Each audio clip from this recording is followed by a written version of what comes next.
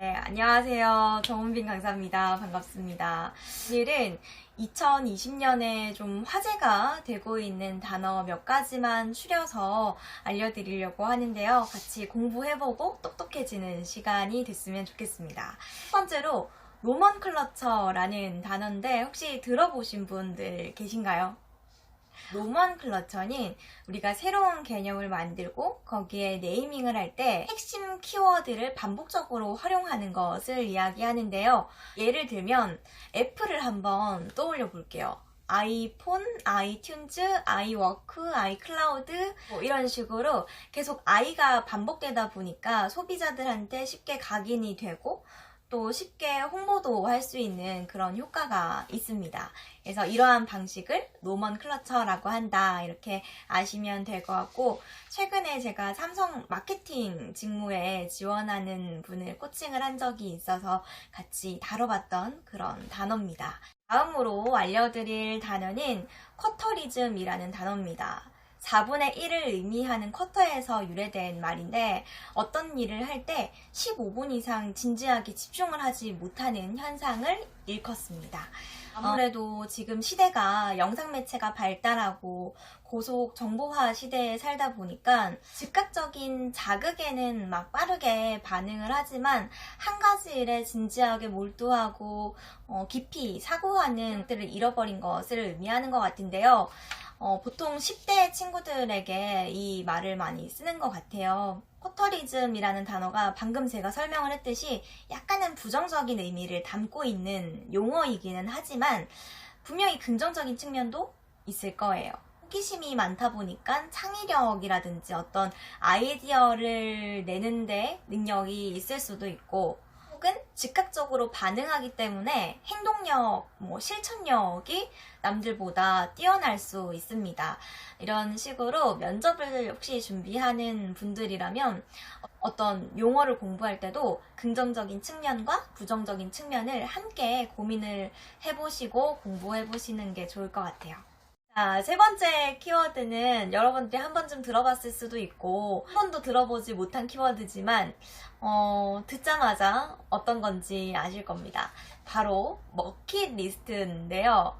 버킷리스트는 많이 아시잖아요. 내가 죽기 전에 꼭 해보고 싶은 것들에 대한 목록. 버킷리스트는 내가 죽기 전에 꼭 먹어봐야지 하는 음식들에 대한 리스트를 얘기하는 건데요.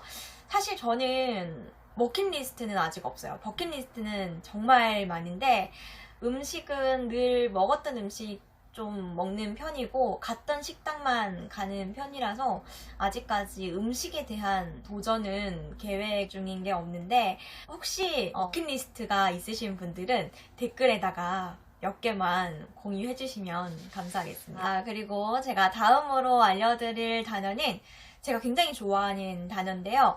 업글인간이라는 키워드입니다.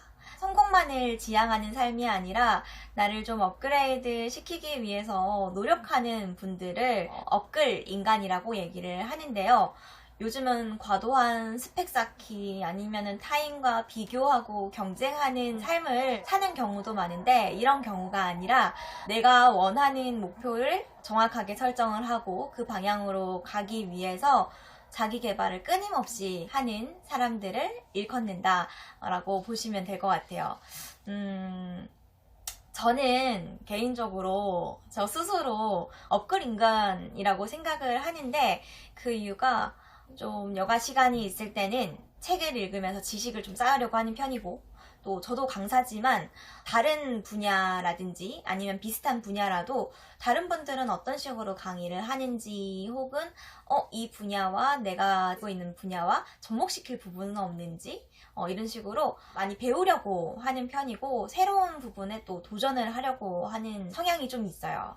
그래서 저는 스스로 업글인간이라고 생각을 합니다. 이 영상을 보고 계시는 여러분도 스스로 업글인간이라고 생각을 하시죠? 동영상을 시청하면서 새로운 지식을 얻으려고 하고 또 면접 준비를 하고 계시기 때문에 여러분들도 업글인간이 아닐까라는 생각이 듭니다. 자, 마지막 단어 알려드릴게요. 키워드 헨리에 대해서 배워볼 텐데, 우리가 알고 있는 헨리는 아니고요.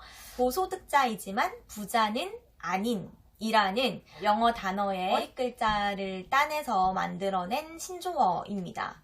돈은 굉장히 많이 벌지만 늘 나는 돈이 없다라고 생각을 하는 분들을 지칭하는 단어인데요.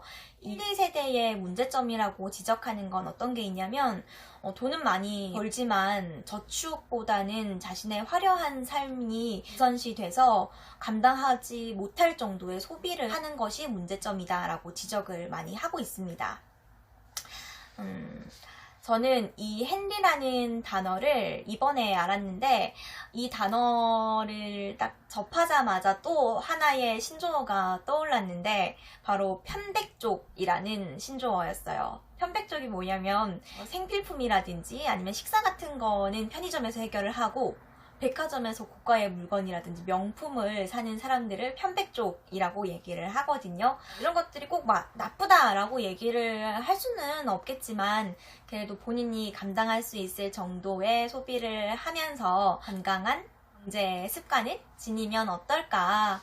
짧은 시간이지만 이렇게 2020년에 화제가 되고 있는 키워드 몇 가지를 추려서 다 같이 공부해보는 시간을 가져봤습니다.